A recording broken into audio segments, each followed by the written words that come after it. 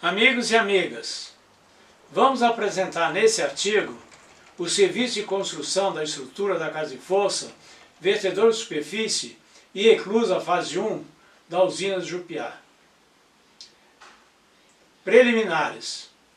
Foram construídas inicialmente duas ensecadeiras, a partir da margem direita do rio Paraná, para ensecar a área destinada à construção das estruturas do vertedor de fundo, casa de força, vertedor de superfície e eclusa fase 1. A primeira ensecadeira foi construída contornando a área onde seria implantada a futura casa de força, vertedor de superfície e eclusa fase 1. E a segunda ensecadeira foi construída como prolongamento da primeira ensecadeira, contornando a estrutura onde seria construída a estrutura do vertedor de fundo. A primeira ensecadeira foi construída no ano de 1961 e a segunda ensecadeira no ano de 1962. No final da construção da primeira ensecadeira, que ocorreu em dezembro de 1961, a obra foi surpreendida por uma enchente do rio maior do que a normal, obrigando a Camargo Corrêa a manter a mão de obra de operação e manutenção do equipamento de terraplanagem ativo durante as festas de fim de ano. A primeira ensecadeira teve que ser alteada para evitar que a água do rio ultrapassasse o respectivo coroamento. Na sequência, foi bombeada para o rio a água represada pela ensecadeira.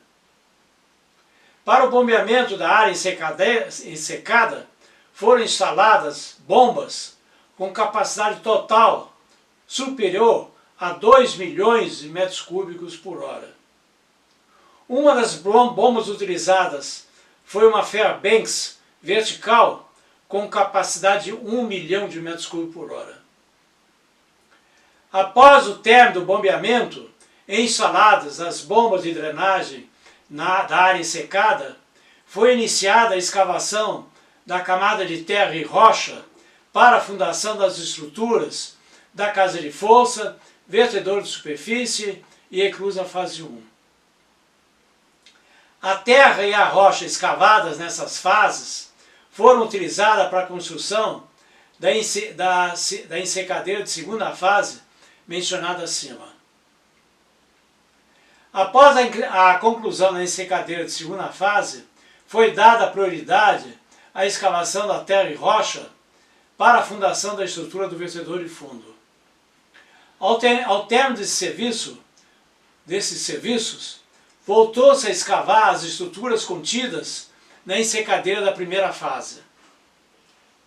Escavação da fundação das estruturas da casa de força, vertedor de superfície e eclusa fase 1. Em planta, na sequência da posição da estrutura do vertedor de fundo em direção à margem do rio, se localizavam as estruturas a seguir. Vertedor de superfície, com área de 50 metros de extensão e 60 metros de largura. Tomada d'água, a montante e a casa de força, a jusante, com 16 grupos geradores, com 480 metros de extensão e 100 metros de largura.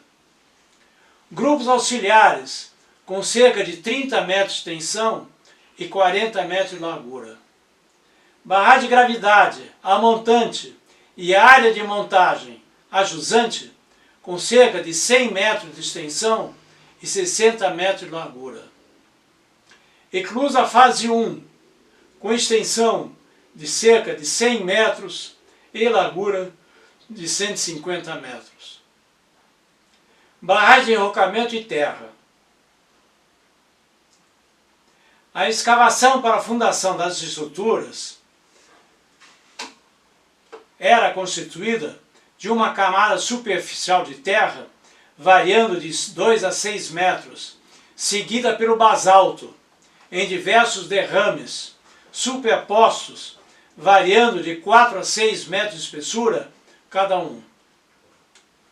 Cada derrame tinha sua parte superior bastante decomposta, em fragmentos de diversos tamanhos, seguido de rocha mais consistente e rocha maciça, segmentada e vesicular.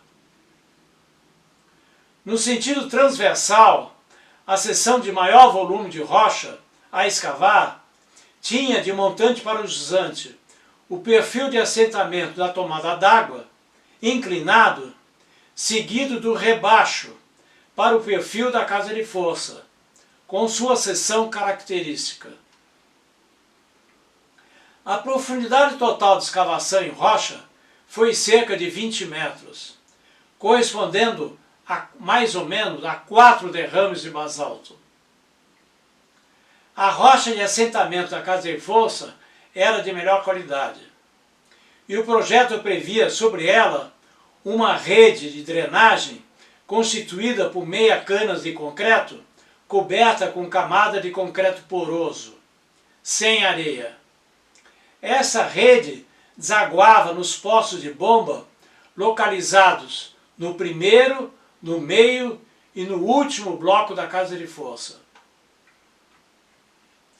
A altura dos rebaixos de escavação da tomada d'água e casa de força variavam entre 2 e 3 metros em função da espessura dos derrames de basalto. Inicialmente, o material de escavação era aproveitado para a construção da ensecadeira de segunda etapa do vertedouro e enrocamento da barragem mista de terra e rocha na margem direita. Posteriormente, o material escavado era britado para agregado do concreto, ou lançado em Botafora, localizado à margem direita do rio Paraná, em continuação do canal de fuga da casa de força. O consumo de explosivo foi da ordem de 300 gramas por metro cúbico. O período de execução do serviço de escavação na fase de construção da ensecadeira 2 foi entre os anos de 1962 e 63, e depois na fase de escavação definitiva entre os anos 1963 e 1965. Os equipamentos utilizados na escavação da casa de força foram perfuratrizes de diversas capacidades da Gardner Denver e Atlas Copco, Shovel 51B da Bucyrus, carregadeiras 944 e 966, caminhões Kering A60 e A100 de 15 toneladas e Terex, caminhões Terex de 25 toneladas. Tratores de lâmina CAT D8, motoniveladoras CAT 120 e irrigadeiras com cavalos DW20. A água potável para os trabalhadores, note-se isso em particular.